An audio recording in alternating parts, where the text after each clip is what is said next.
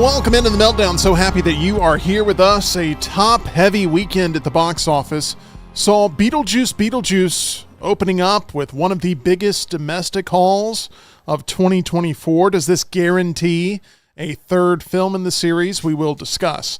We will hit on some trending topics with our panel, which will lead us to Tyler giving us his favorite Kendrick Lamar tracks. And with college and pro football now in full swing, we will see which 5 football commentators are the ones most worth listening to when they're in the booth and on your TV with another Luntz's List. It's all happening right here on The Meltdown as we are presented by MyBookie, broadcasting live from the Culver studio. 2 big boys in a tiny studio, teaching you and me about everything they know that makes sound a meltdown. It's the meltdown. Time for the meltdown. Coming for the meltdown. Let's start the show. Welcome in, all of you lovely Meltdonians, to the program. We are so happy to have you here. Make sure you're smashing that thumbs up button for us here on the live stream as we're with you daily, 2 o'clock Central, 3 o'clock Eastern, right here on this said platform. I am your host all week long, Mr. Tim Melton. That is my co-host, Mr. John Lunsford, who's looking around for himself continuously and one day may find himself and his inner peace. Mr. John Lunsford, how are you doing, my friend? We'll see. We'll see. I'm looking around for it, trying to find it. It's somewhere out there. Questionable. Wherever you are, come to me. Hey, John, Auburn lost badly. Yep. UAB lost badly. Yep. Bama didn't look great in their win. Yeah, but they won. The Titans lost. Yep. Up 17-0. I know you're shattered by all of this. What in the world is going on with all these teams that we follow? The one that matters won, and the rest that don't matter lost. So that's all I really care about. At the end of the day, hey, Alabama struggled against South Florida last time. Guess what? They made the playoff, won the SEC. So, So you've decided to take the selfish approach to this question. Yeah. I'm literally wearing an Alabama hat right now. Roll Tide. The only football Screw team, everybody else. The only football team in the entire world other than the Homewood Patriots and Thompson Warriors that you support? Correct.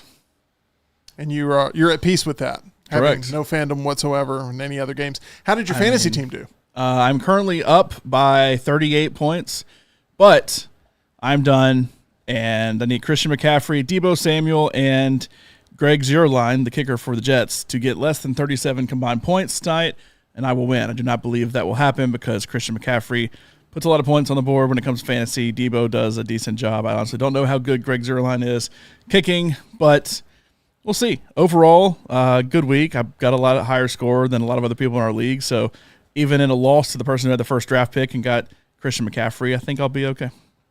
I think more importantly, you're coaching a fantasy team. I'm coaching a real team with real humans. Did you actually win? I am undefeated this year, which is what's important. Completely. Did you actually play? We did play. Okay. Yes, we did play. I was concerned about that. Undefeated. I coached to a 1-1 tie, and I was very excited. No. That's undefeated. That's exactly what that is. Yeah, I did not tell a lie. And You have 0 wins, correct? Currently, but I also have 0 losses, and I've played one Currently. game. Soccer's so stupid. You can tie in the NFL, right? That's also stupid. Yeah. Wait. You can't tie in the NFL. Yes, It's stupid. It's incredibly stupid. They need to go to college overtime and call it a day. NFL overtime is the worst. I didn't know this. The I thought that was absolute worst. reserved for the old games in the 60s and 70s before they made rules. No, you can still tie in the NFL. Yeah, you can still tie. It's really stupid. I wish they would change it, but that's the NFL for you. Let's talk a little bit about your football team, Tyler, and that is Colorado, because Also sucks. Did not look great against Nebraska for sure. And I'm seeing reports now that Deion has asked the band not to play the fight song after a Shadur touchdown, so that way they can play his rap song in the stands. Is that correct, or have you seen those reports? I saw a Lil T tweet about that. Yeah. Do you like that level of swagger, or do you believe that it is detrimental to the future of the team you support the most, which seems to be Colorado after Alabama? Obviously, you're an Alabama fan, but after that, your second choice seems to be Colorado. It's on brand, if anything. Whether you like it or not, I guess depends if you're a traditionalist who likes stuff like Alabama's $1 Million Band and all the traditions they carry, or if you just want to have a good time. I like the idea of Shadur's song just playing in the stands. That's hilarious to me. I don't mind this. I mean, you got to score for it, but yeah. Yeah. They should add that into the NCAA football game so we get more than just Mo Bamba Well, in it. they already got the Shadur specific celebration, the show in the ice, There you which go. I saw Dylan Raiola do after the game, after he won. After they destroyed Yes. Colorado, because Colorado is a complete joke. They are garbage. And after his kid graduates, he will be gone, fired or quit. He'll probably quit before he gets a chance to be fired, and will probably never coach again. Oh, no, I agree.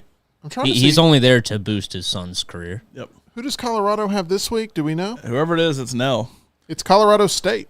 That's an L. 6:30 p.m. I'd say that's Saturday. an L. They didn't look terrible against Texas. I mean, Texas, That was a great game last year. I picked it was. And it's a rivalry game, and I picked Texas to win the national championship this year. I was the only person, I think, to vote them number one in our 40 and 40. And they look every bit the part. That's who Colorado State played in week one. It was a bit of a blowout, but it is Texas. But they are going to go and play Colorado. I think it's at Colorado State this year, because I think it was at Colorado last year. So that will be L for Prime. Tyler, today Joker Folie à Deux tickets went on sale officially. It's kind of a big day for those of us who are eagerly anticipating the release of this sequel to the 2019 film. Oh, yeah, right, John?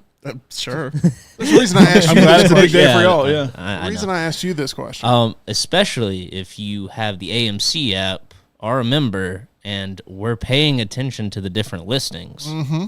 There is an early fan first premiere in IMAX that we will be attending, Tim. That is correct. If you want to go see Joker 2 with us, then you can go check for that screening, and we will be there on that Monday night, September 30th, if I'm not mistaken. So I thought I was going to have to wait all the way till October for this film. I'm getting to see it in September. Yeah, we get it in 2.5 weeks. Yeah. I think it's Tyler texted us this morning. Oh my God, they're on sale. However, we have already had this discussion on Friday going to Tuscaloosa. It's like, I mean, should we go to that showing? I mean, I don't know. And then this morning it was a quick, we're going to that showing. So What did I tell you though Friday night, Tim? You said I should quit playing King 9 and instead play Joker. Yeah. And I said that unfortunately my ad transitions are sort of rubbing off on you the wrong way. So, you know, I liked it. I heard it in my own thank you. voice. I also agree. Well, that is what we're doing, John. You know, you can't play both sides of the fence here. You're either excited to go see the movie or not. And it seems like you're sort of leaning more into the camp of being excited to go see this I instead can of not be excited about the movie and also not excited about you and your King 9 too. And that is correct. Look, I'm going to eventually put a smile on your face one way or the other, whether it's with King 9 or with Joker 2. I do think you're going into this movie experience, John, with a little bit of a ceiling placed on it already. You're already annoyed by I very much enjoyed the first one, and I hope I enjoy this one. I feel like you're already annoyed by. We literally had a conversation before the show. Reed asked, what's the movie you've all been to the most? And what was one of my answers? There's only been 3 movies I've seen multiple times I can think of. One of them is a Lady Gaga movie. So, I mean, you know. That was a weird musical. sort of. Hold on. And not only is it a Lady Gaga movie, it's a musical and stars Bradley Cooper, who I don't know if he's producing this one or not, but produced Joker 1. So just throwing that out there. I have a reason to go see movies like this. I just don't think it'll be that good because the reviews haven't been hot so far. You are the master of the hedge, my friend, you really are not looking forward to this movie, whether you want to admit it or not. Did I get tickets to the opening thing so I can see it just as everybody else does that very first night? Yes. I think it was more for professional purposes, but I'm excited that we're able to see this movie together. This is me going to see not another church movie. It's like, we do need another short on the channel. Well, let's hope it's not that level, because if it's that level, I'm going to be extremely disappointed there. But I'm looking forward to going to see that with the entire crew. So we will be there on that Monday night seeing Joker Folie à Deux on September 30th. We've got tag team trivia coming back Wednesday. John, a little bit of a press conference here. We obviously heard from Kalen DeBoer in overtime of the next round giving a press conference. What's your opening statement here as you are with a new teammate going into tag team trivia this time around? Talk a little bit about your draft pick and why it was the smart decision to make after a couple of other options were taken off the board. Yeah, well, the winningest player in Triple Threat trivia history is you. the second winningest player in Triple Threat Trivia with the most titles is? Your new teammate. Makes sense to me. I feel like that's all I got to really say. I know Spud dropped the ball last time with Tyler, and it led to Tyler's, coming up ever since then, basically a coming out party with that, and then obviously having the title now. Call it something else. I mean, you can call it whatever you want to. I wasn't trying to be mean with it. Just it is what it is. But I wanted to draft Tyler, and Brian got the lucky pick of number 1 on your little finger thing. So he got to draft Tyler instead. And that left me alone because I also wanted to draft Brian. And Spud was the one that was left because I can't draft EG because she wasn't going to go with anybody else. And I can't draft Ush because that's EG's teammate. And I can't draft my wife because she's a champion. So honestly, after that, it was like, well, there's Spud right there. I want to draft Spud because Spud has the most titles of anybody and is the second winningest player of all time behind me. So it kind of makes sense. So your opening presser is Spud happened to be in the room, so it should be great. And has the stats, to back it up too. So, I think if Spud and I can work together at all, and we're gonna have our first strategy sesh tonight about it all, then I think we can make it happen. That sounds very EG. Are we playing this week? You guys are playing this Yeah. week. So we gotta have it. So we gotta have it tonight. On Wednesday, live 2:00, we will have team trivia, tag team trivia. The tag team competition is always very fierce, obviously dealing with way more personalities during that. It can become very intense. So make sure you are tuned in Wednesday, 2:00 for tag team trivia. All right, Tyler. And Spud, don't let John boss you around. If you're confident, take your shot. You were world champion for a reason.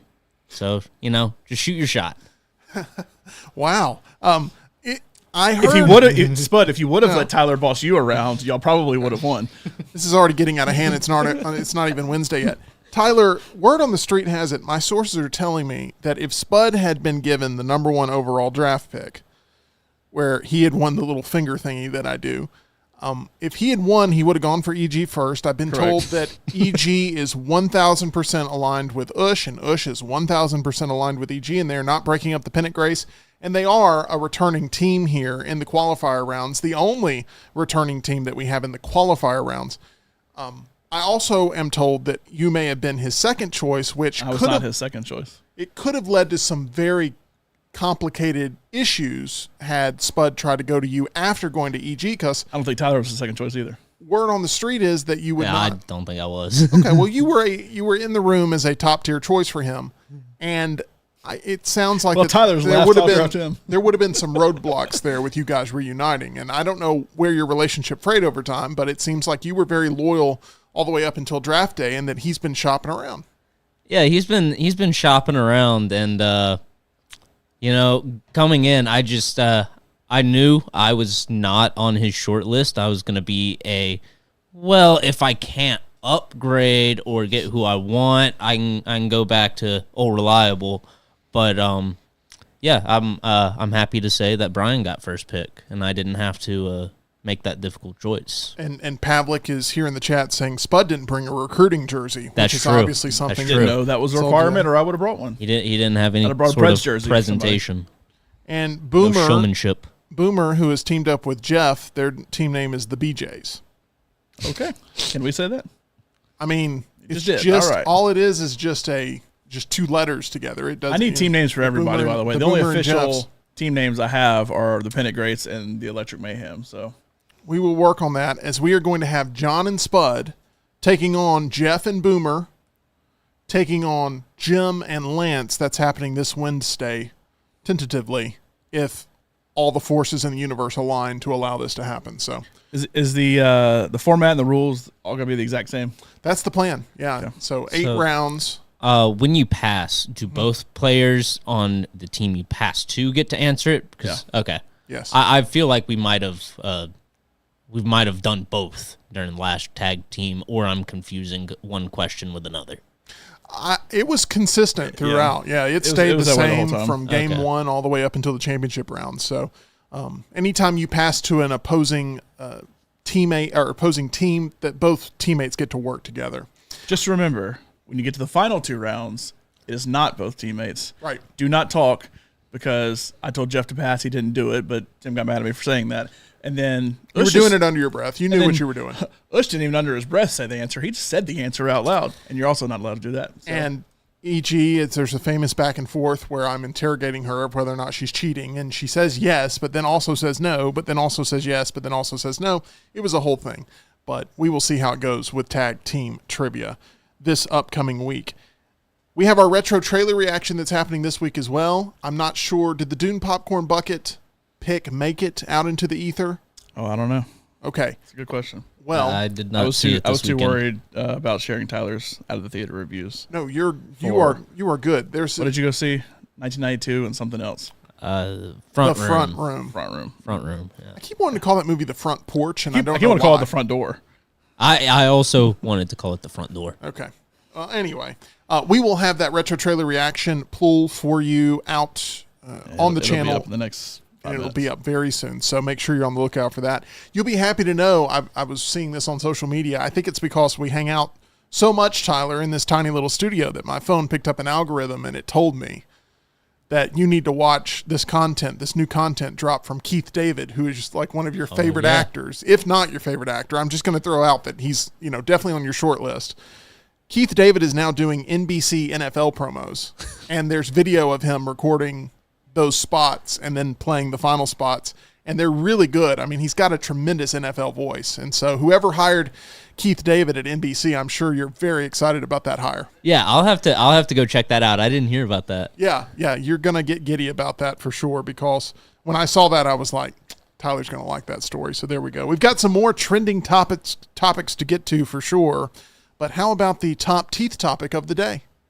Yes, just a few weeks ago, I visited the dental team that I trust most, located on Grants Mill Road.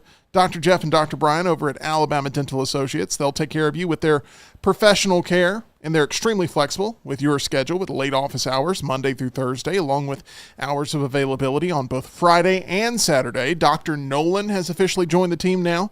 You'll love the newest addition to the best dental team in town, as they just got better. Reach out and try Alabama Dental Associates for yourself. They do things the right way, and they're accepting new patients now and can help you feel at ease about all of your upcoming dental procedures. For more information or to make an appointment, call them at 205-956-8977 or visit alabamadental.com, where they look forward to seeing you. All right, guys, a couple of trending topics I want to get your opinions on. Variety is reporting that Brendan Gleeson is set for a major role in the upcoming Spider-Man Noir live-action series at Amazon. This has Nick Cage attached to it. Exact details for Gleason's character are being kept under wraps, but he is believed to be playing the main villain. John, do you like what you hear so far? I mean, I like him. I'm interested to see what he's like in Joker. Do you worry that this isn't going to translate from the animation style that you love so much with the Spider-Verse movies to this character in live action? Nick Cage actually being the character is a little weird, because once that mask comes off, then it's like, instead of when the mask just stays on the whole time and it's just his voice, I assume the mask will come off at some point. But I like Brendan Gleeson overall. I think he's a good actor. I don't know about him being a supervillain. Like, it just doesn't fit that role necessarily. Not that he can't play a bad guy, but I guess he kind of played a bad guy with Mad Eye Moody because he was taken over by, I can't remember who took him over, but remember he was Barty Crouch Barty Jr. Crouch, yeah. Like, I don't know. I mean, I don't know. It's just weird casting to think what the people look like. It's not the actors, it's not the voices or anything like that. It's just weird casting when you think about what am I actually going to be seeing with Spider-Man fighting a villain, and it's Nicolas Cage and Brendan Gleeson.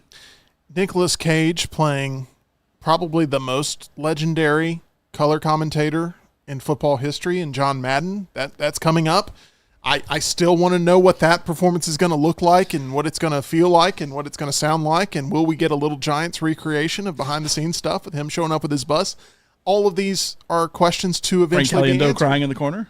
Absolutely. Frank Caliendo does a perfect John Madden, and I don't see Nick Cage doing an impression as much as he does an embodiment of this role, but I haven't seen how this is going to work just yet, but it should be quite fascinating. But I'm not buying up a ton of Nick Cage stock right now. I don't know if anybody else is. Tyler, Sold all of it. Oh, you sold all of it? Oh, because yeah. you hated long legs so much. Yeah, I hated long legs.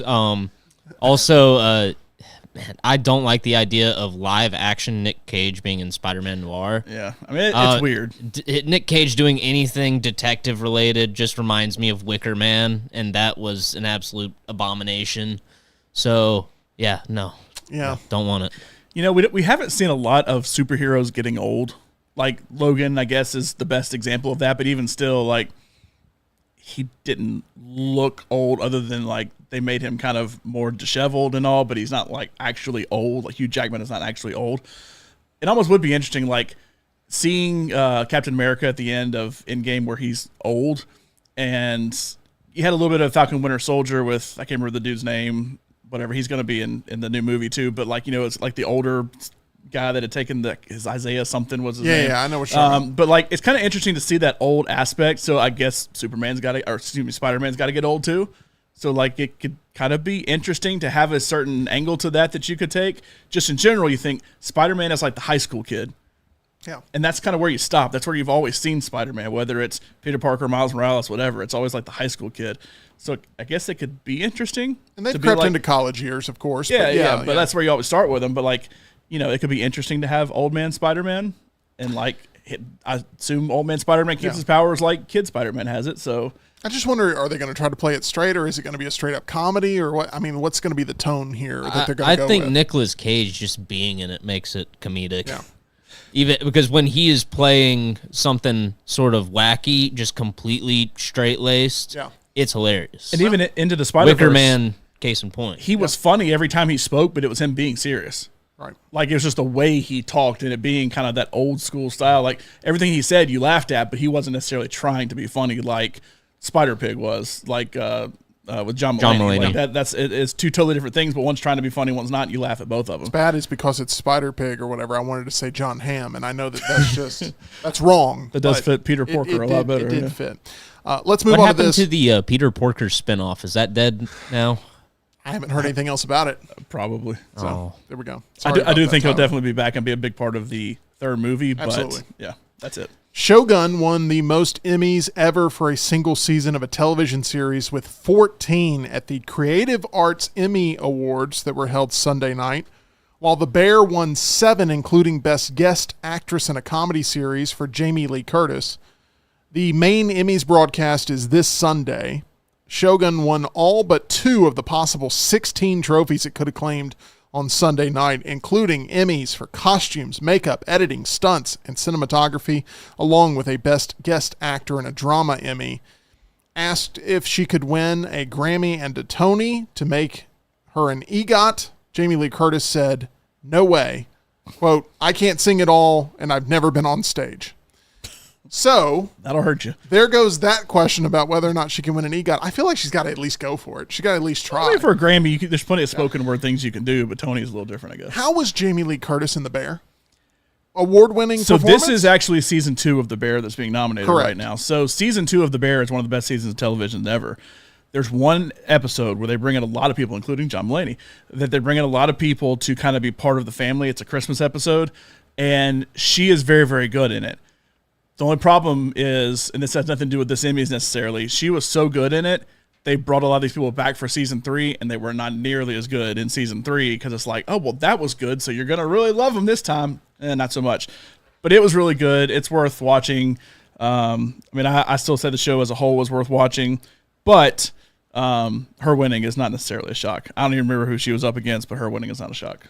Yeah, obviously this is not a extremely prestigious award considering it isn't even held for the main show. Yeah. But it is something worth mentioning for sure. And Shogun, which I have not watched a minute of. I've watched the first half of the first episode and fell asleep only because it's one of those, I'll watch it at night, but it's mostly in Japanese, so it's hard to pay attention to. I've been all in on Walton Goggins winning for Best Actor in a Series, and I am not sure that that's going to happen based on the run I'm seeing Shogun on. And if it doesn't happen, I will be the first to issue my apology to John and his computer where he was able to get this information long before me. But I was playing with my heartstrings, and I think I played the wrong tune. Potentially. We'll see. But I still hope Walton Goggins can at least do well enough to maybe inch his way towards getting that trophy. I think it'll go to Hiroyuki Sanada. Yeah, that's what's being reported everywhere. But I'm rooting for the upset until I see Shogun, and then I'm like, you know what? That was worthy of it. You watched a little Shogun. You didn't watch the whole thing, though. Yeah, I have like 2 or 3 episodes left and just haven't gotten around to it because it gets late at night and the episodes are 1.5 to 2 hours long towards the end of the season, and it's all in Japanese, so I've got to be fully awake and reading for it. Like John said, you can't just kind of passively watch it. I'm with you on that. A lot of people probably going to be passively watching the halftime show coming up this year because I've seen the outrage online from some people being upset with the style of music that's being presented at this year's halftime show. It's just a bunch of Drake fans. Also a lot of Drake fans. Kendrick Lamar is officially set to perform at the 2025 Apple Music Super Bowl halftime show. Rock Nation, Apple Music, and the NFL made this announcement yesterday. The Super Bowl is scheduled to be played on February 9th of 2025 at the Caesars Superdome in New Orleans, and it will air on Fox. Was this the right move, John? I have no problem with Kendrick Lamar being the halftime show. I think it will be good. My only problem is he literally just was a part of the halftime show, 3 years ago when they had Eminem and Snoop Dogg and all them. He had a whole bit during that. I know it was a bunch of people, so it wasn't just him. But, I don't really like when they go back to the well. I feel like they brought Beyonce back too soon. I want to say Bruno Mars came back for a little bit. They bring some of these people back, and it's not to be the star in both shows necessarily. But, I have no problem with Kendrick Lamar himself. And, hey, there's even a chance for a Taylor Swift come out there since they did a song together. It ain't going to happen. But I'm just saying there's plenty of people that he has worked with that can also make a good multi-person show. It's just weird because he literally was part of it not, a few years ago. So the last time he was a part of it, he wasn't the headliner. He was not the headliner. There really wasn't a headliner. It was a group of people, but he was not listed as one of the main people. It was I gotcha. Eminem, Snoop Dogg, Dr. Dre. Dr. Dre, I think were the 3, and then 50 Cent was there, Kendrick Lamar was there. Okay. There were a bunch of other people there too, but I don't know. So I'm going to use an analogy here, John, that may or may not work, but I'm working it out real time.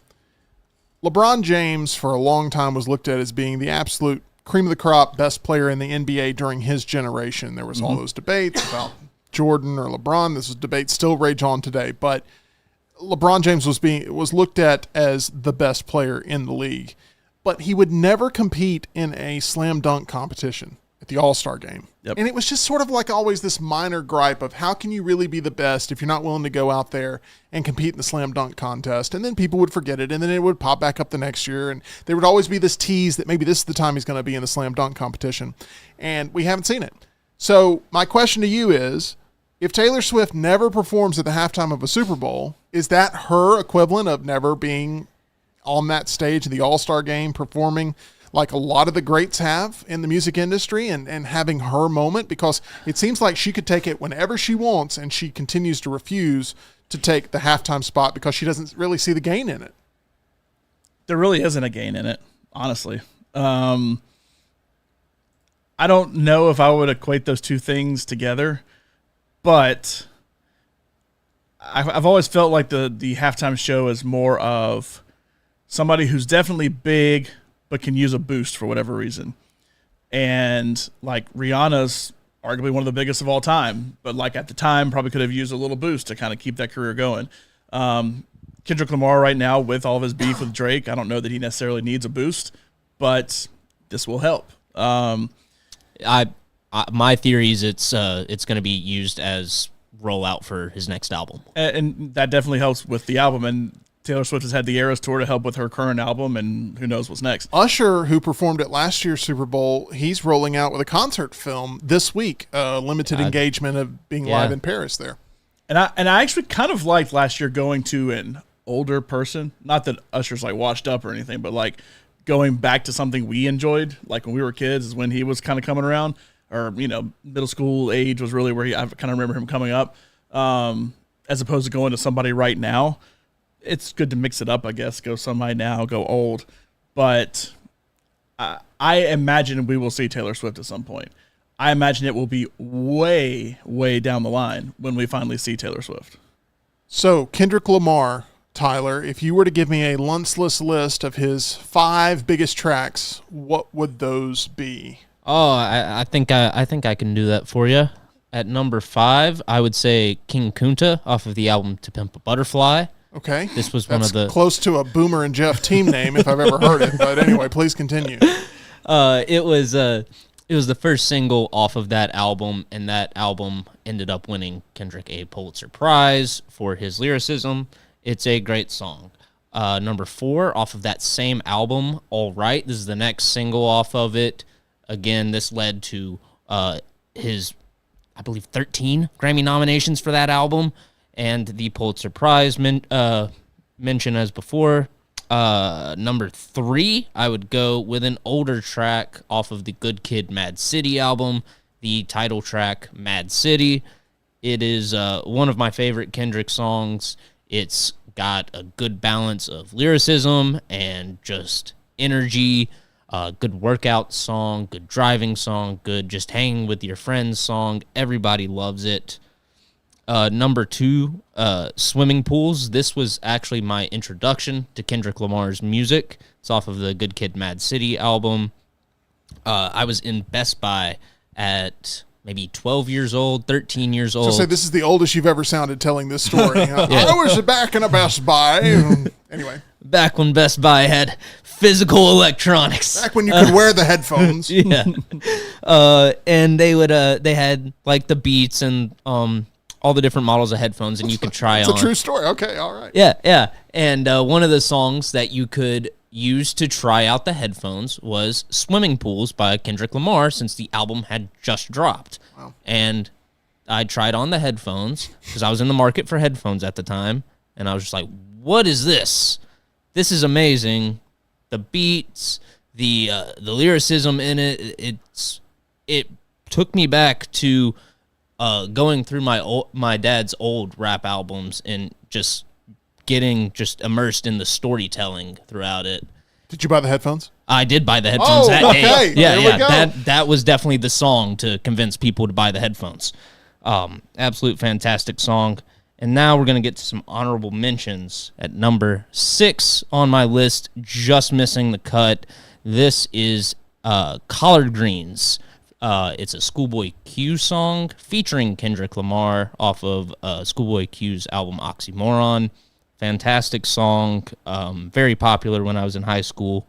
Number 7, recent hit by Kendrick, Not Like Us.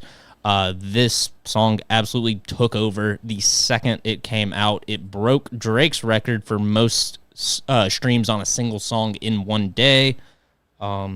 Absolutely fantastic, and I want to see the victory lap continue. Number 8, off of the Good Kid, Mad City album, The Recipe featuring Kendrick Lamar. Number 9, off of the Damn album, is Humble. And then Anybody have any damn questions about the damn bait? Anyway, sorry, go ahead. I was waiting for someone to reference Vegas Vacation. And number 10, rounding out the list of honorable mentions, off the Good Kid, Mad City album, it is Sing About Me, I'm Dying of Thirst. It's about, I think, 11 minutes long, and again, this just showcases Kendrick's writing skill, his storytelling. It's absolutely amazing. I have a feeling that song will not be performed in full at the Super Bowl halftime show. You would not be wrong, Tim. It's not a good energy song to play at a Super Bowl, but you know it is. My number 1 choice, using a sample from the electronic group Beach House, it is Money Trees. That is not what John Lunsford expected. No, I never heard Bad Blood in there. It's his first Billboard #1 song. Well, Throwing you it know, out Tim said no features on there unless it was honorable mention. That is correct, but And, it wasn't, I it wasn't u- an What an honorable mention. mention. Yeah. And I used that spot for Collard Greens because it is a much better song. Taylor Swift, Collard Greens. Okay. I think I know which one I'm taking. Let's not create a fight here. This is why I asked the Taylor Swift questions before we ended up getting to Tyler's list. But Tyler, thank you for putting that together there, because there are a lot of people who are going to be definitely sampling a lot of Kendrick Lamar leading up to that big performance there at the halftime show. Eminem will officially return to the VMAs stage to open the show on Wednesday night of this week. While Beyonce didn't get a single CMA nomination, which is the bigger story to you, John Lunsford? Is it Eminem opening up the VMAs on Wednesday, or Beyonce not getting a single nomination for the CMA Awards?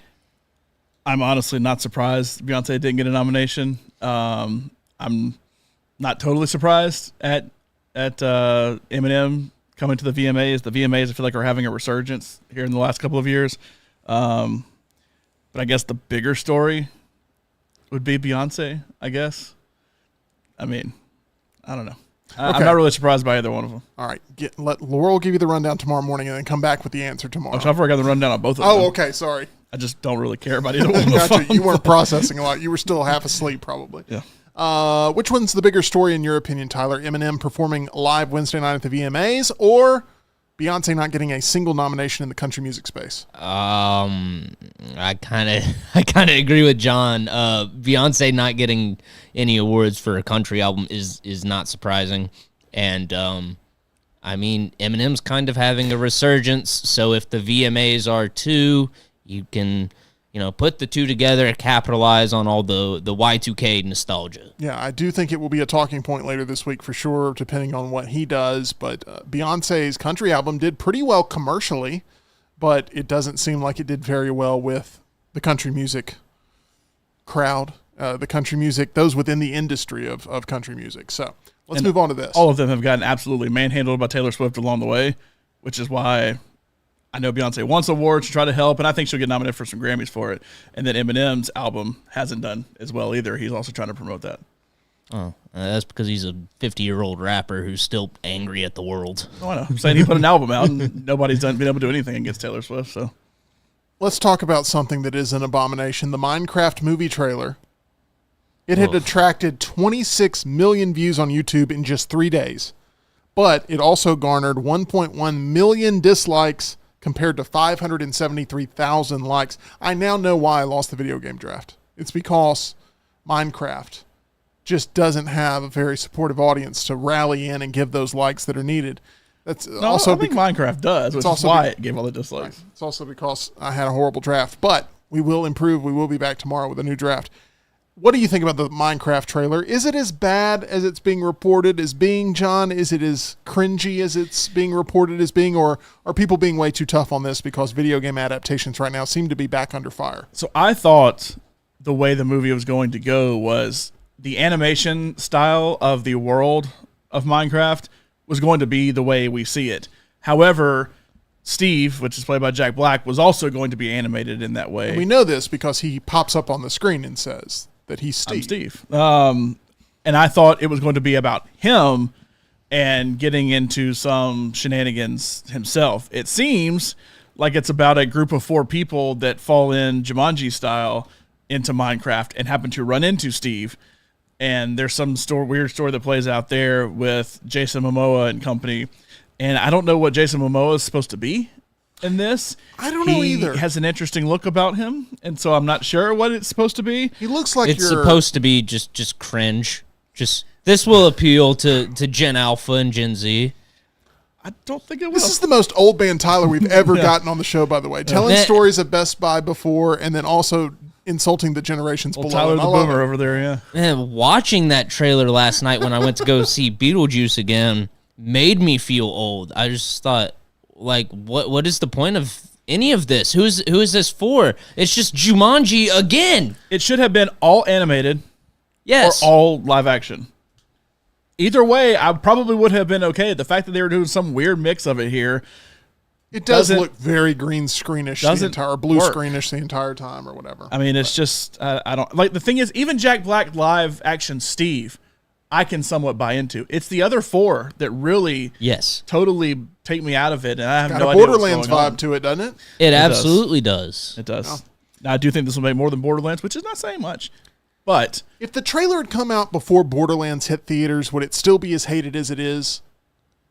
Like, yes. You think it still definitely would? Yeah. I don't think the Borderlands thing helps it by any means, because right now things are trending back down, it seems, for these video game adaptations. So there we go with some trending entertainment headlines here coming into this Monday. As September is now officially upon us, Beetlejuice Beetlejuice has us feeling more like it's already October, and thank goodness The Crow dropped 2,456 theaters this week, because nobody deserves to accidentally walk into that, even if it's for a mere second. Let's get into the top 10 from this weekend, and I've seen conflicting reports about what the top 10 actually contains. And I'll talk about that here in just a second. But there's no doubt at the top of the leaderboard, Beetlejuice Beetlejuice. John, this is a movie that did in fact make over that $100 million, reached $110 million, at third best opening weekend of the year, only behind Inside Out 2 and Deadpool and Wolverine. How impressed are you at what Beetlejuice Beetlejuice was able to do in week one?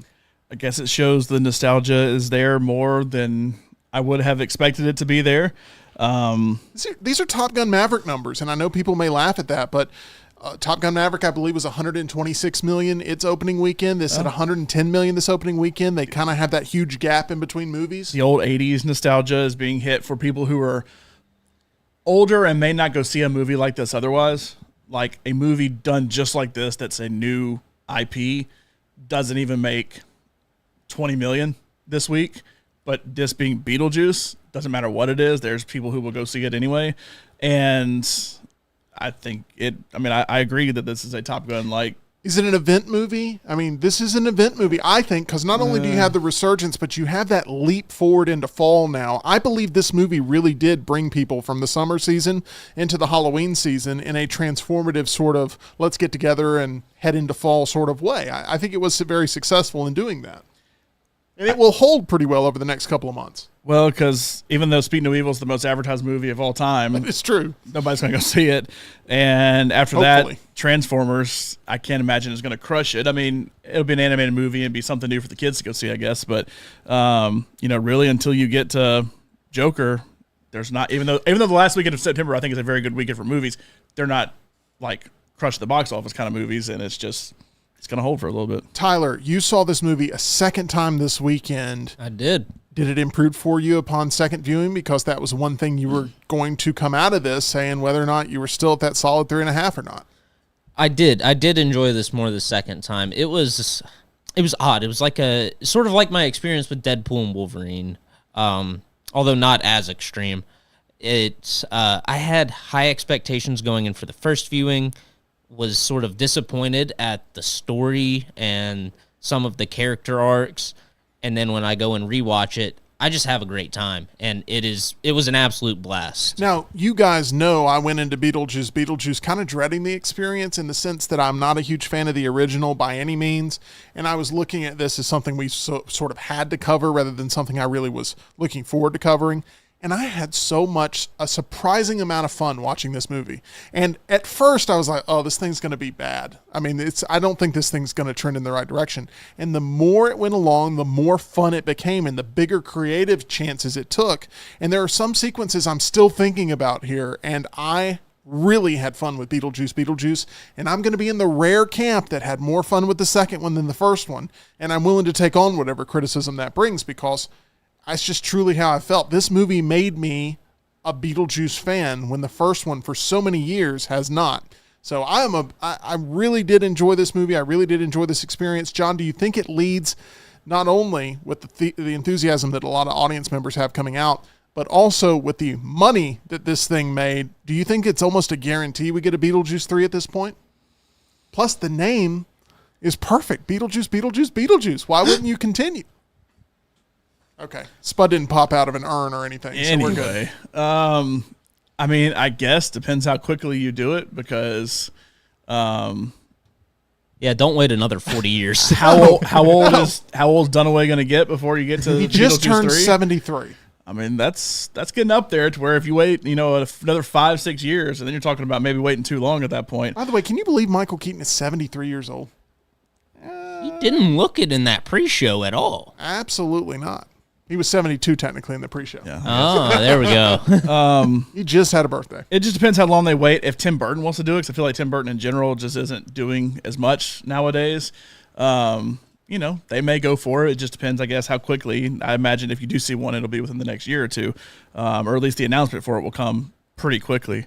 I don't know. How much credit does Jenna Ortega deserve for bringing in the crowds to this? A little bit, because she's a part of a Scream resurgence. I know they're not there anymore, but for the last couple movies, they've been a part of it.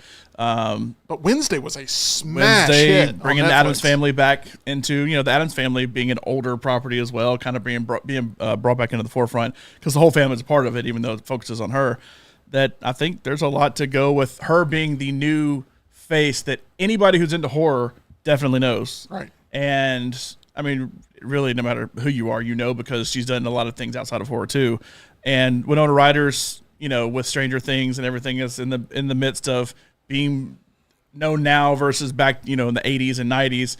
Because I feel like she kind of disappeared until Stranger Things came up. And, there's just people in it that are worth going to see. I think it does have a stellar cast for sure. It is the second highest September debut of all time. We talked about this previously on the show. It ranked only behind 2017's It, which opened with $123 million in its opening weekend haul, which is absolutely insane to think about those numbers being replicated here in 2024. The 2019 sequel, It Chapter 2, opened with $91 million and previously held the number 2 spot for the September openings. John, if you had to choose, you saw It Chapter 2, you saw Beetlejuice Beetlejuice. Which one of those two movies did you enjoy more in the theater? Do I have to pick? Is that really your... I think I honestly gave them the same score because I walked out of It Chapter 2 and I remember I gave it a 5 out of 10 and I gave this one a 2.5 out of 5, so I guess sort of the same score. I'd probably rather watch Beetlejuice just because it's not hard R. Yeah. Violent, but not hard R. My answer would be It Chapter 1 between all three of those, but I did not see it in the theater. Right. Just be glad that they didn't go like faithful to the book for It Chapter 2 because then it would have been much darker. I watched the TV miniseries. It's fun enough. Okay. I was trying to get me to watch that. It's like, I don't really want It's so great. The Beetlejuice, this is the stat that I've been able to pull that is the most telling for the difference between Beetlejuice and another Michael Keaton project. This movie has made more in one weekend domestic than The Flash did throughout its entire run. Not shocked. That's still, I am shocked by that number. I would rather watch Beetlejuice than The Flash. No, I'm shocked that occurred, that Beetlejuice was able to generate that amount of money. The Flash made $108 million domestic total. That was another prominent role where Keaton returned after 3 decades. John, why did The Flash fail to resonate with audiences? I think I know the answers. I want to hear your take. Well, it's not a Batman movie, although he was definitely a large part of it. They had to shift promotion that way because Ezra Miller was as much of a train wreck as he was. Too. His personal life is an absolute train wreck. And DC as a whole, I feel like at that point had already been moved on from just in the media. Not they still had that. They still had Aquaman, so they still had projects coming out. It was a lame duck movie. It was. And they in the movie, they tried to do certain things with the movie to...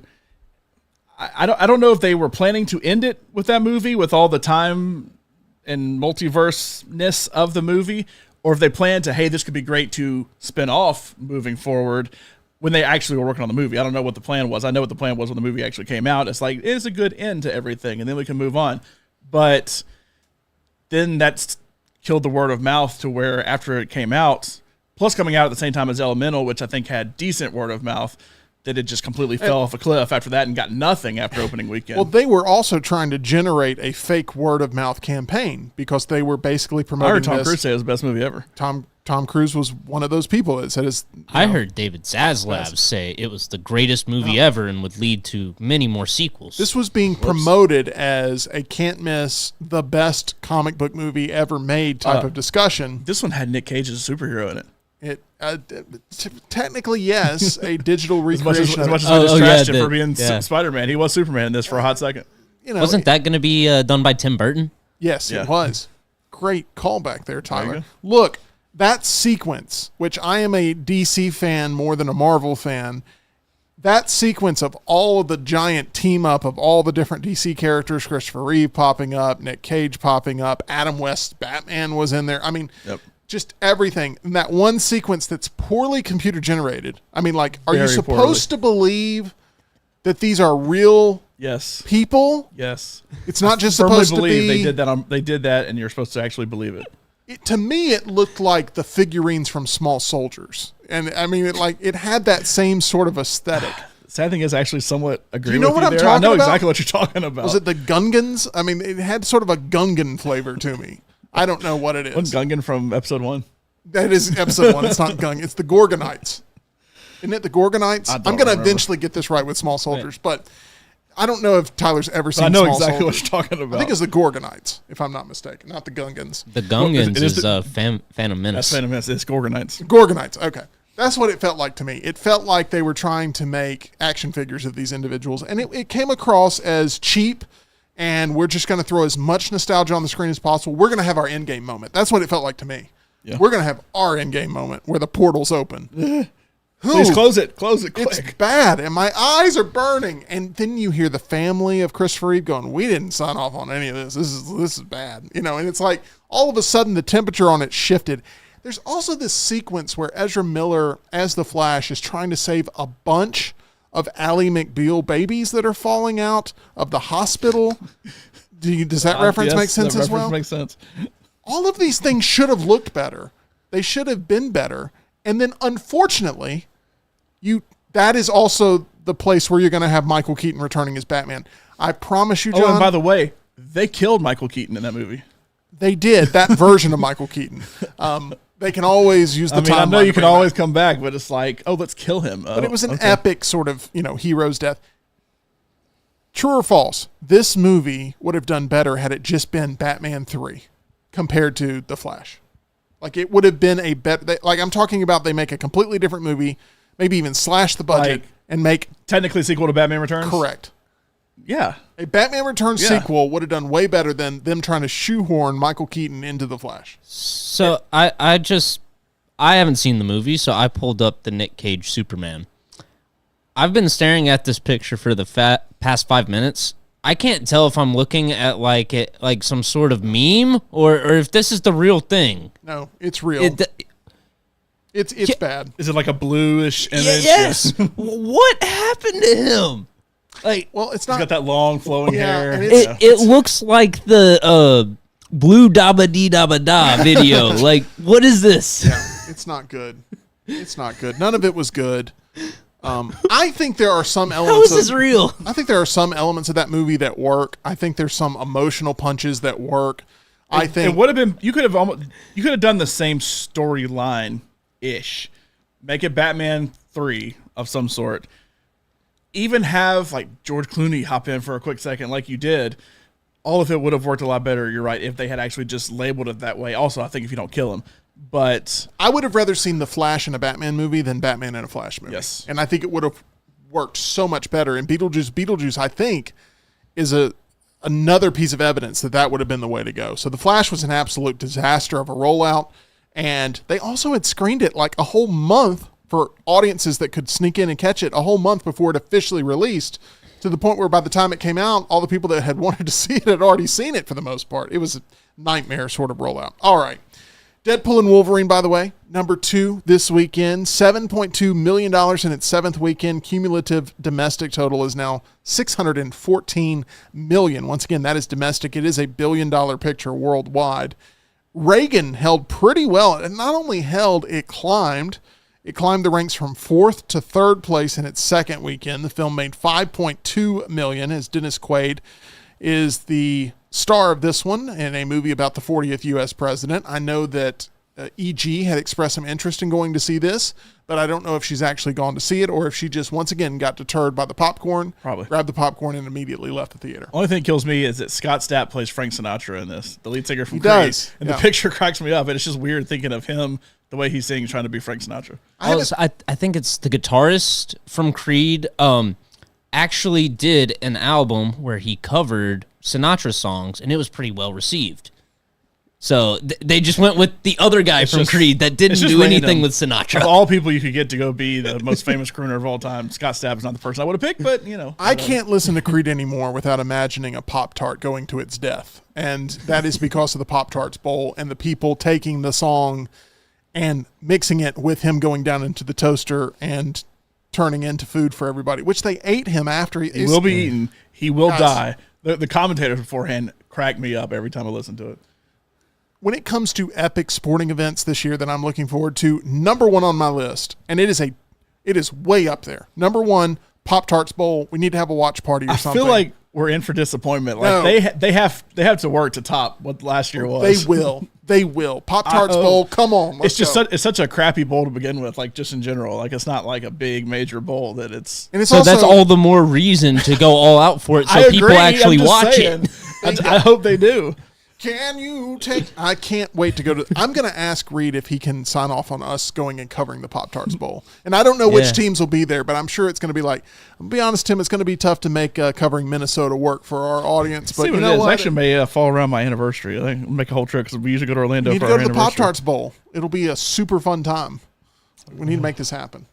The worst part about college football 25, you can play the Pop-Tarts Bowl, but there's no Pop-Tart. there's no Pop-Tart. There's no big toaster.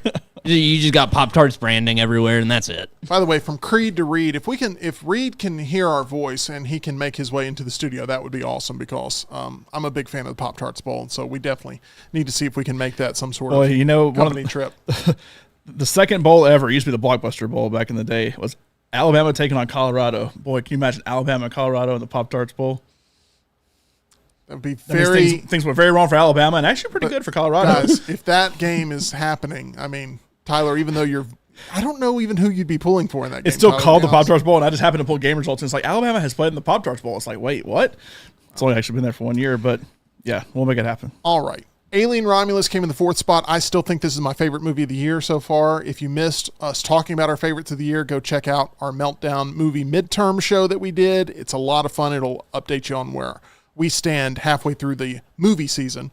And so Alien Romulus still doing pretty well there in the number 4 spot. It ends with Us, a movie that I liked way more than I thought I would, at number 5. The Forge at number 6. Twisters still in the top 10 at number 7. Blink Twice is at number 8. It dropped 56% week over week. This movie should be holding better, shouldn't it? I mean, considering it's one of the newer affairs and there's no competition other than it being very top-heavy box office. I don't know. Is it just one of those movies that word of mouth hasn't been tremendous on because there are some people with some complaints and frustrations about how it all sort of wraps up? I mean, it's definitely a hard R movie, which hurts it a little bit. I wouldn't say it's a good date night movie either. Yeah, you know, like there's certain movies. I'll never forget. I remember you watched Marriage Story before I did. Yeah. And you're like, do not watch this with your wife because the whole thing is like this awful divorce going on.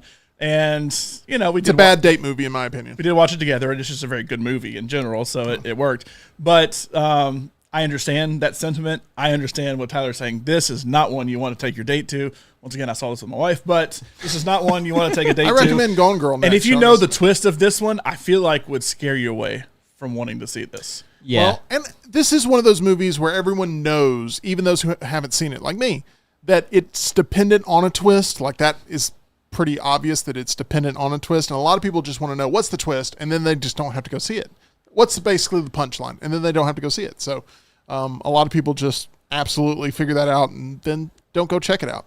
Number 9, Despicable Me 4. Now, once again, I've said that I've got different rankings based on who's reporting here. And at number 10, I've got The Front Room, the movie that you had talked about seeing that stars Brandy. It's a Blumhouse horror movie. This was a movie you did not like, Tyler, correct?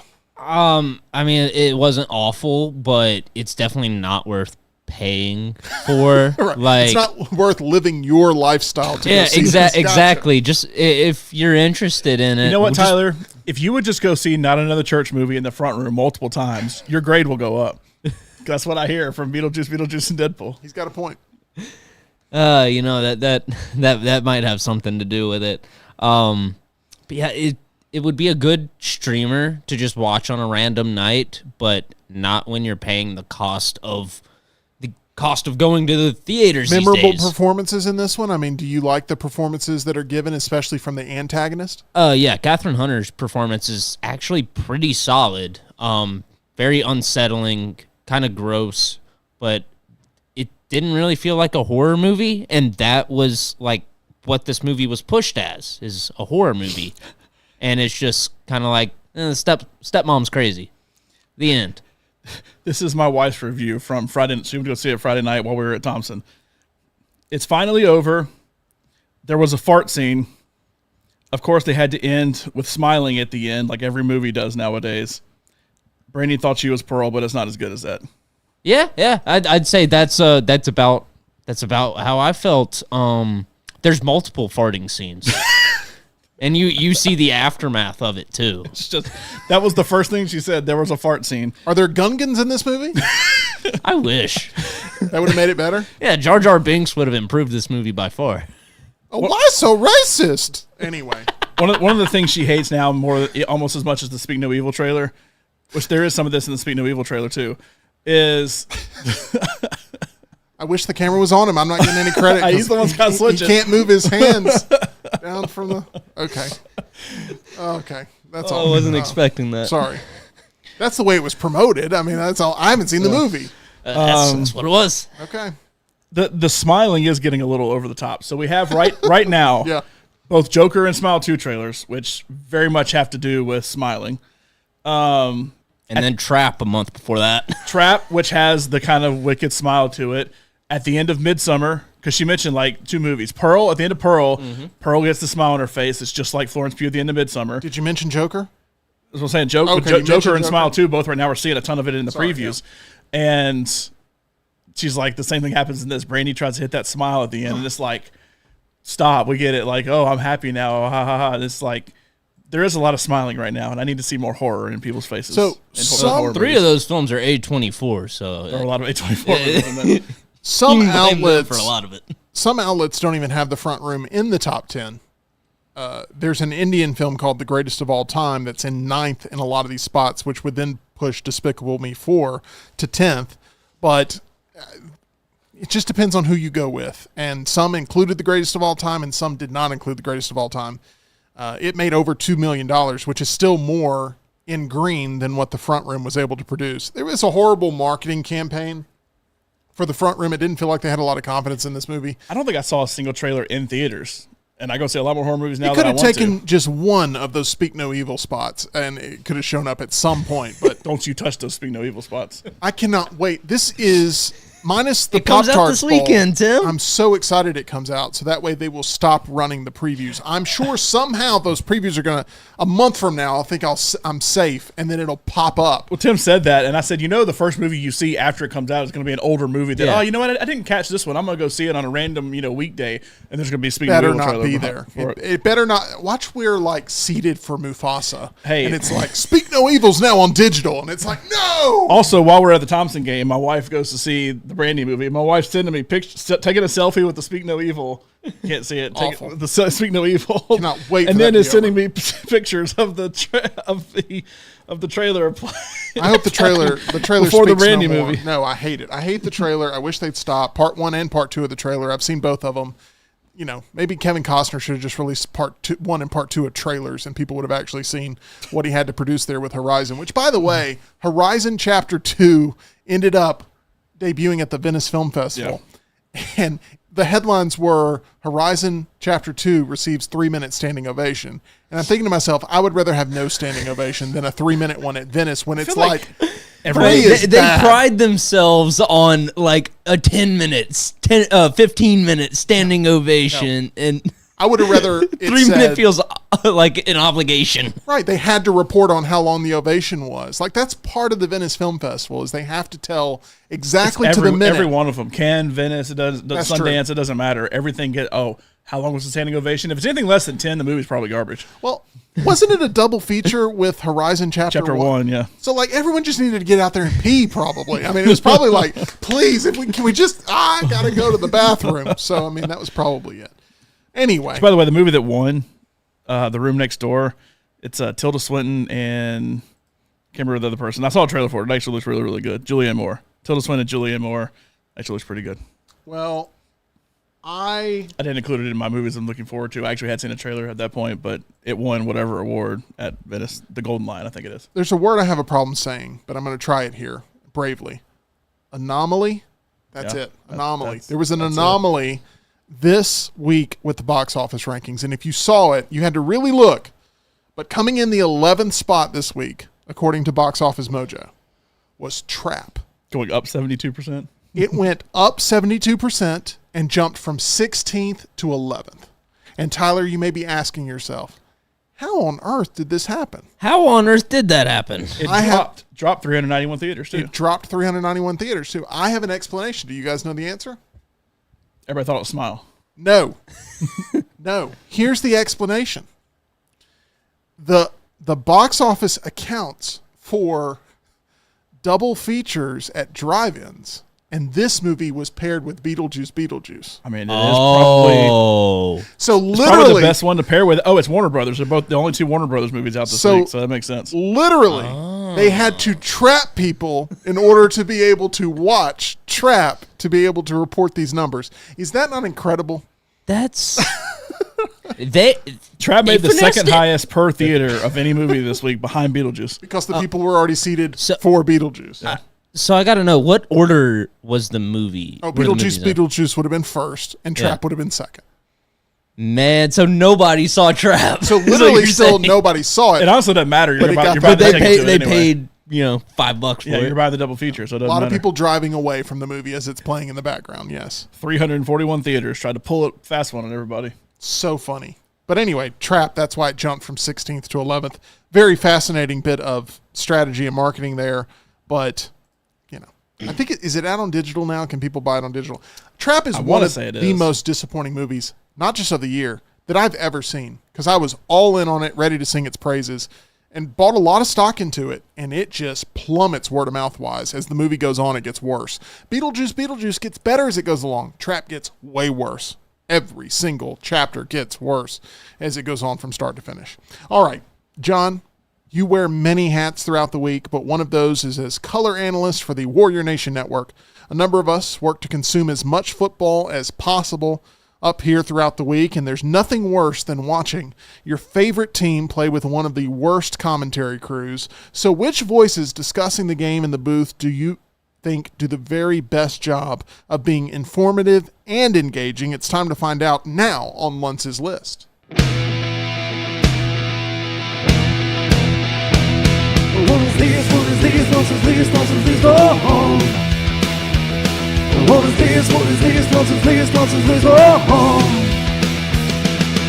Long is this to buy. Long is this to buy. Long is this to buy. Long is this to buy.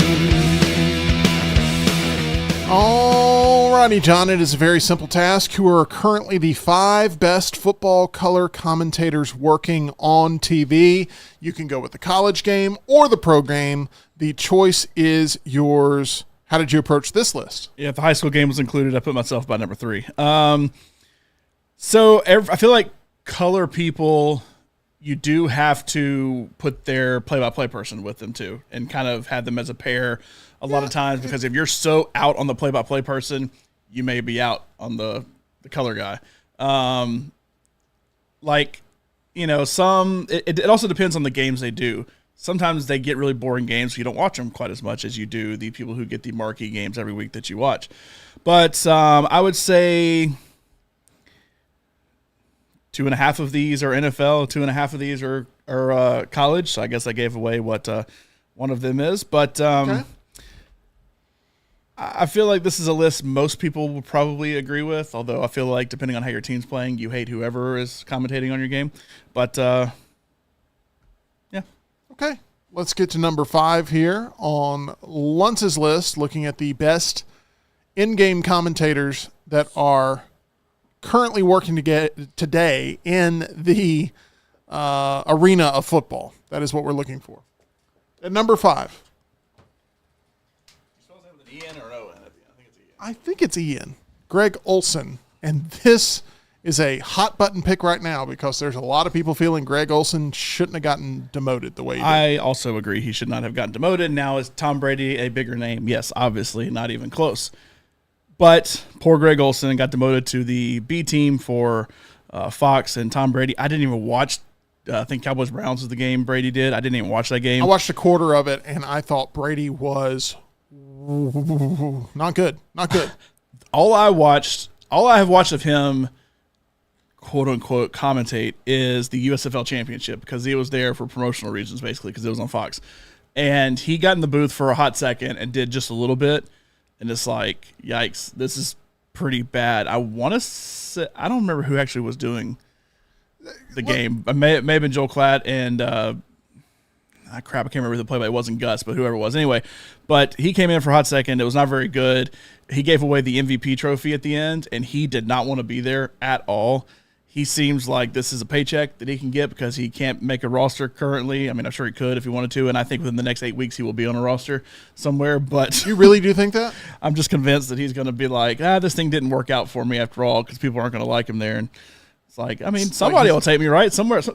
Your quarterback's injured? Yeah, sure, I'll come back for a season. Is Why it not? because Tom Brady has a tough time talking to us normal individuals, and he knows those are the people that are watching, and he's like, he couldn't be in a room talking to normal people, so how is he going to talk to normal people through the TV? And once again, I didn't watch it, so I don't know what he actually did. But like somebody who didn't make my list, but I have actually somewhat enjoyed, and I may be in the minority, is Tony Romo. And I feel like at first Tony Romo, everybody's like, whoa, this guy's predicting every play. He knows everything about the game, and now I feel like everybody hates Tony Romo. Correct. He went from affable to hateable. Like, I expect somebody like Tom Brady, who is seen as the greatest football player of all time, to be able to come in and be that brain. Like, that's what Tony Romo was at first, was that brain that's, like, very impressive to hear talk with you because his voice isn't the best overall voice.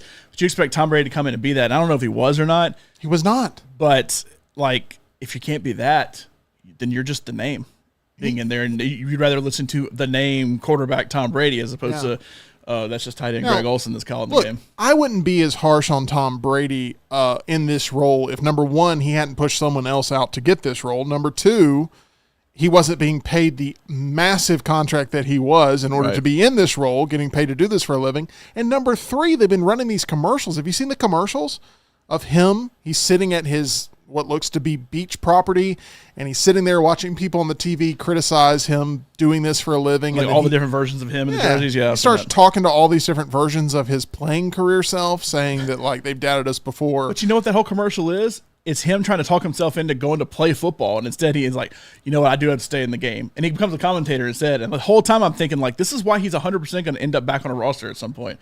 Because he's like so desperate to go play football because his wife's left him and he has nothing else to do but sit in the booth, and this is boring as hell and nobody even likes me doing it. But you know what? People like me playing, so I think I'll go, Plus, sell some tickets somewhere. I think people do want to hate on him because of this roast that just occurred. Like, he just had a full-on 4-hour Netflix special that was people bashing him, and now he's in an arena where everyone is once again bashing him, and he just doesn't seem comfortable or calm or cool or collected at all. Plus, there's always that rivalry that we grew up with of Peyton Manning versus Tom Brady. And if it was a rivalry just based on personality and charisma and being able to deliver punchlines and being able to deliver dialogue, Peyton Manning, it's not even a competition. And I would much rather listen to Peyton Manning just be the straight color commentator too. Yeah. Like, I mean, he obviously knows the game very well. I'd rather watch him and Eli sit on their couch than watch Tom Brady in the booth. Like, this will not last long for Tom, I don't think. I don't think it will. Whether he actually tries to go back and play or not. I mean, that's a stretch because he's so old, but, I mean, it just won't work out. He'll end up somewhere else. But it'll be in his hands, not Fox's, because any game he's attached to is going to draw numbers. You're right. I think what he probably should have done is done what Gronk did. Gronk went to the studio for Fox and said, that's what he should have done. That is exactly what he should have done. But I'd rather listen to Gronk do color. I honestly think they should switch.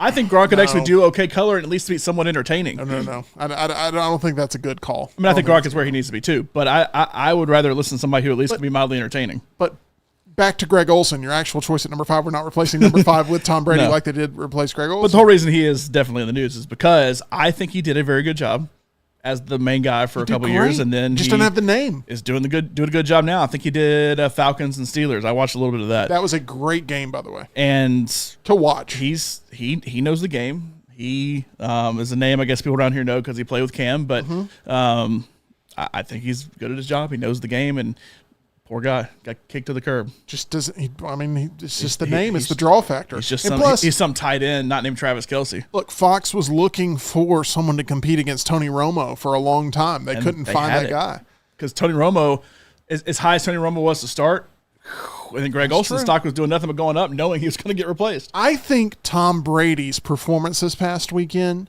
makes people like Tony Romo more now. He's going to start going back on the upswing. I could see that. Let's move on to number 4 here on Luntz's list. I was shocked at how dry Tom Brady was in that broadcast. I mean, basic, dry, very broad terms, nothing really that showed me that he was going to pull back the curtain on the way that a quarterback is looking at the field. Maybe he's just a better doer than he is talker. At number 4, Todd Blackledge. Now, This is for Tyler just Tyler. woke up. This one's for Tyler. Tyler, tell us why this one's for you. So, even if you're not just like the biggest football fan in the world, or even if you are, you'll be watching the game, and you got to have some food with the game. You got to have a full spread. Of course. And these segments, Todd's Taste of the Town, they come at such a good time because you say, ooh, you know what? I am going to go to the kitchen, get something to eat right after this because they always make you hungry. And they always show you the best spots in each college campus. It is entertaining. It's a good balance. And I think it's got a wide appeal. It really is football for those that would prefer to be watching the Food Network. That's what it is. And it works perfect. You get some diners, drive-ins, and dives there with Todd Blackledge that you don't get from some other commentators. It is a wonderful segment. I'm glad that a young Tyler wearing his Beats, walking around, being able to reminisce about the Taste of the Town. This is not a thing that currently exists, though, right? Is Taste of the Town still a thing that exists? I don't think it still I remember happens. watching college games on NBC, so I really don't know. I don't think it happens. I don't think it happens anymore. Is he with Noah Eagle? Is that who he's with? Ian Eagle's son? I think it's his play-by-play. I'll take person, your word for it. I liked him and Brad Nessler before Brad Nessler went to CBS. I think that was one of the best duos, like full duos out there. They were great. That night game on ESPN with those guys, come on. Yep. Gary Danielson, people hate. He didn't make my list. But I probably like the Gary Vern combo because you watch it like you're watching Statler and Waldorf, and it was a little better. I still say if you watch it in that vein, you can enjoy it. Hard for football fans to do. But I've always really liked Brad Nessler. If we were doing play-by-play, if it was just football, he would pop in there. But I thought that duo, and I think Erin Andrews was with him for a little bit too, and obviously she's seen as one of the better sideline reporters as well. That was good watching in like the late 2000s, early 2010s, I feel like. But I like Blackledge. He quarterback at Penn State, knows the game, won a national championship, I believe. He's just knowledgeable in the game and does good outside of the game as well with stuff like Todd's Taste of the Town. Thankfully, we're getting some Taste of the Town with our friends at Way to Wellness that are a little bit different for our palate, John. Yeah, they give us an interesting taste of the town to tell us how to eat better when we go out on the town and eat every night. There's Tim weighing in. There's Leslie in the background. Her and her whole board-certified team do a great job with Tim. They do a great job with me. We each have a plan that works for us. Jim Dunaway has a plan that works for him. My dad even has a plan that works for him. You can find a plan that'll work for you. Go to aplanforme.com. Learn more about our friends at Way to Wellness, and you, too, can start dropping the pounds like we are. I was always convinced, having watched Anchorman at an impressionable age, that after a broadcast day, we would all go out and play some jazz flute down at the restaurant. It would be just, everybody getting together and hanging out after every single episode. And, I hate to say this, I hate to pull back the curtain, but that just doesn't happen very often. But tonight we got poker, John, and I'm looking very forward to that. So at least one night a week, we get it to live with some stories on the town. And Spud is coming to play in the poker game tonight. You and him, you're a teammate. You're teammates in trivia. You're definitely not teammates at the poker table. Do you think you'll be able to develop some chemistry tonight that may do in a team like a Brian Pavlik and a Tyler down the road? I hope so. I just hope he doesn't get mad when he shows up late and goes all in and loses and disappears before I have a chance to talk to him. Possible. I just hope we're at the same table, or if we actually make it to combining, if we have to split up, because right now we're not at that point yet. But yeah, we'll work on some stuff tonight, and we'll get things going. We got to come up with a name. I'm calling us the Chicago Spuds temporarily, but I don't think that actually is going to be our name. We'll find something. So we have an official name for Boomer and Jeff, and it is Boom Shakalaka. So that's official for that. So we have a very interesting matchup happening this Wednesday, tag team trivia, as we will have John and Spud taking on Jeff and Boomer, taking on Jim and Lance. Any name for them yet? Third place.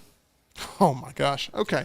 Hey-o. Speaking of third place, let's get to Luntz's list, where number 3 is being called up to the board here for best color commentators working in the football arena today.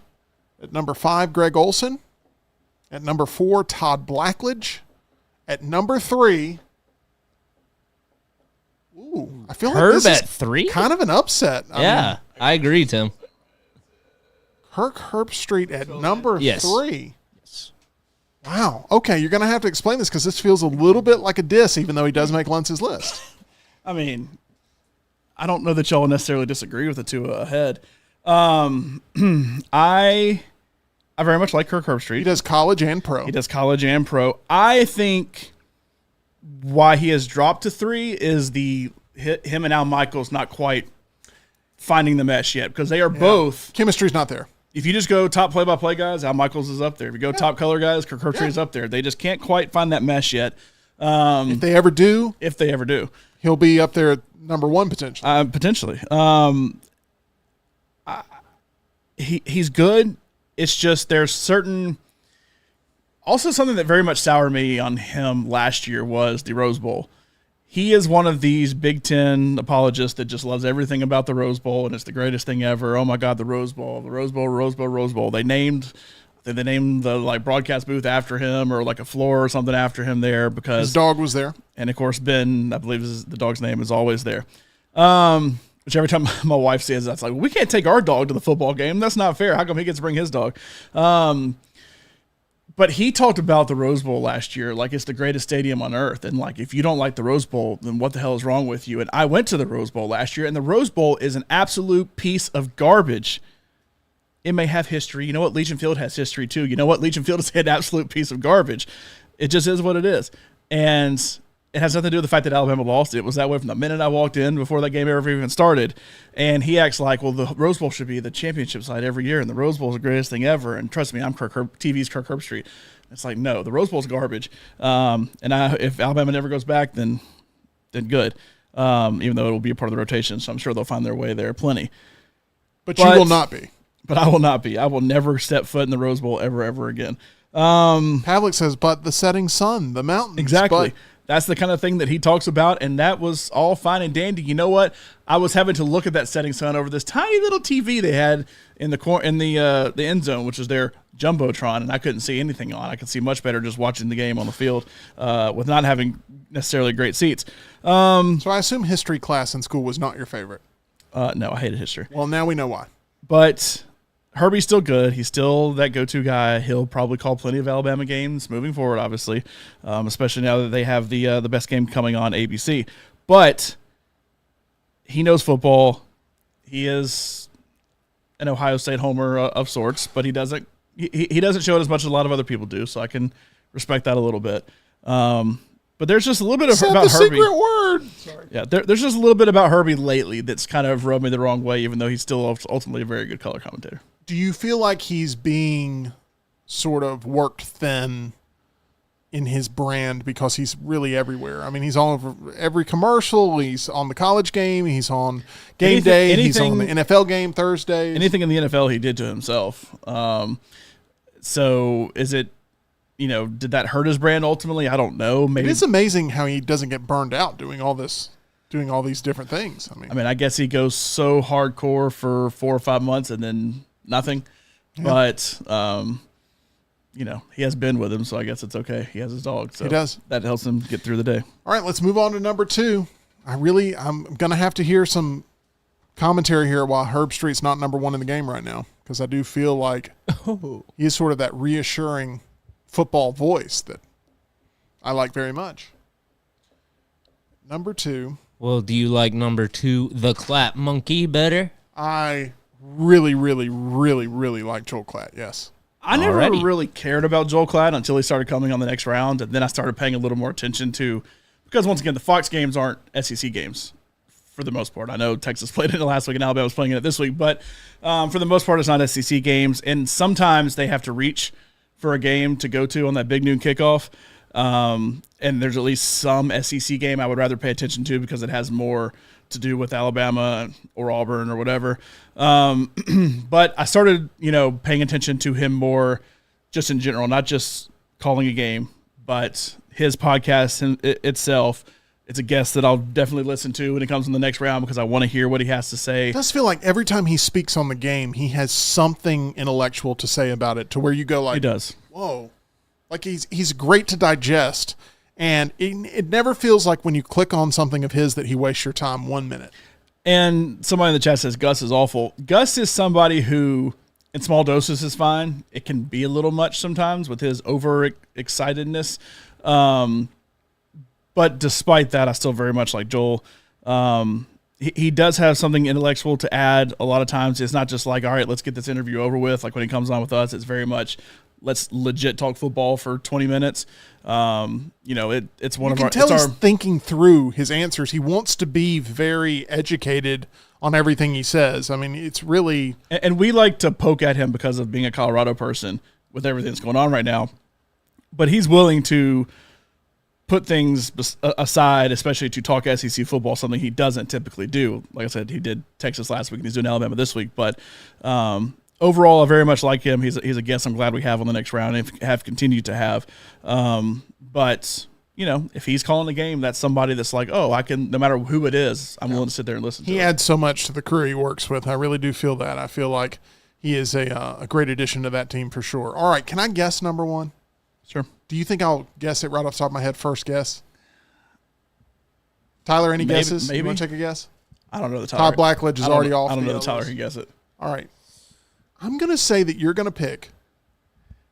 I'm debating between two people. I'm going to say Troy Aikman. Troy Aikman is correct. Okay. All right. Number one on Luntz's list, Troy Aikman, who will be on the call tonight for Monday Night Football.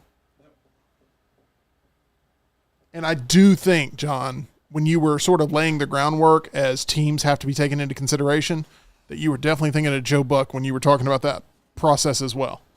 Right. I like Joe Buck fine. I mean, if I did play-by-play people, he would not be at the top for me. But I do like him. Obviously, he does more than football, does baseball too. But Troy Aikman, so there were two players that I remember growing up, being of conscious age and wanting to get into football that I remember very much liking to watch. Really two duos that I remember liking to watch. One was Steve McNair and Eddie George. I brought that up, becoming a Titans fan once they shifted from Houston. Tighten up. The other being Troy Aikman and Emmitt Smith and the run they went on there in the 90s, because that was when I was really kind of coming to age where I would sit and watch football, take it all in, understand some X's and O's, understand what was happening on the field. And Troy Aikman was kind of that first big quarterback for me that I remember watching. And then, yes, I can go to Alabama and go with like Jay Barker in the early 90s, but like on TV all the time, watching, playing in multiple Super Bowls, winning multiple Super Bowls, like Troy Aikman was like the epitome of quarterback play for me, just at the age I was when he was winning. And so he's always been a top of mind person, and I think has done a very good job. As a color guy, obviously shifting into Monday Night Football a few years back, and I think is doing a good job with it, and I think continues to do a good job with it, and that is a team that'll keep working until they just keel over and can't call anymore. And Fox's answer to, Aikman and Buck being taken away is throw Tom Brady on there, and it's not great so far. It's not great. You can tell that they really got the best takes that they could from him in the movie Ted, because that's all I can think about, because they aren't great in that movie either, but you can tell they're the best takes that he was able to give. But at least there you have, Mark Wahlberg and a little Seth MacFarlane to kind of play off of. When he starts talking there, it's just him, and he's got to be good at what he does. And I think a good color commentator, and I'm not saying Troy Aikman does this necessarily, but I think a good color commentator has to be able to inject more than just X's and O's in there. You have to be able to inject a little humor in there. You have to be able to inject a little personality in there. And I just can't see Tom Brady ever doing that. I love how every single number we brought up, but Tom Brady, am I right? Okay. I've got to ask Chris Collinsworth, any consideration there for Chris Collinsworth? Because I like Chris Collinsworth. Don't love him. I like Mike Tirico. He's fantastic. And Al Michaels and Mike Tirico have both been the better halves of that team to me. But because they're all-timers. Yes, especially Al Michaels. But he's fine. I don't have a problem with him. He just wouldn't make the list for me. Yeah. All right. I do feel like if your mom started dating a guy that you think could be a vampire, Chris Collinsworth is on that short list of people that could be. What? You think he could be friends with Kiefer Sutherland? Is that what you're saying? That is exactly what I'm saying. I think there's a movie called Mom's Got a Date with a Vampire. Sure, And that I sounds like something. imagine Chris Collinsworth is the co-lead in that movie. So, does no one know what I'm talking about? Am I just speaking complete nonsense? I'm talking about Lost Boys. Okay. But I knew what Tyler was talking about. What'd you say? My mom's dating a vampire? I think it's called Mom's Got a Date with a Vampire. Oh, Yeah. God, that's actually a movie. I told you. It's the Halloween season, guys. Some things come out. Is that Caroline one of the Reyes. straight to VHS Lost Boys sequels? It's a made-for-television horror comedy film. Yep. It airs a Disney Close Channel, enough. a Disney Channel original movie on Friday, October 13th, 2000. There you go. Random pull of the day. Okay, That was- I actually do remember That this. is by Tim. far the most random pull of the day. well, when that one ends up in the bucket at some point, you guys will know why. But I feel Wow. like Chris Collinsworth could be the vampire in that movie. Okay, that's a random statement there for sure. John, I had some pizza this week that made me go wacky with my dreams. You know how I told you, like, there's Yes. one pizza place that if I Yes. have it, I go absolutely wacky with my dreams, and I had that happen this week. And it was really, I had some really intense nightmares. And for some reason, Chris Collinsworth playing a vampire did not pop up then, but it will probably pop up. I thought at in least the you were going to future. say Chris Collinsworth popped up as a vampire there because I saw him call a game, but Okay. John Lunsford, we've talked a lot of football today. There's one place that all those football fanatics should go to, and that's our title sponsor, MyBookie. go to mybookie.ag. Promo code next round. Get a first deposit bonus on us. It's always there in the corner right there. And you can go play in that sports book and do either well with college football like I did or poorly with NFL football like I did yesterday. Or you can go play that Monday Night Football game tonight. Jets and 49ers should be a good one there, which will be called by Troy Aikman. Or Peyton Manning, which depending on which one you want to watch. Aaron Rodgers over under 4.5 snaps tonight. God, I hope the over.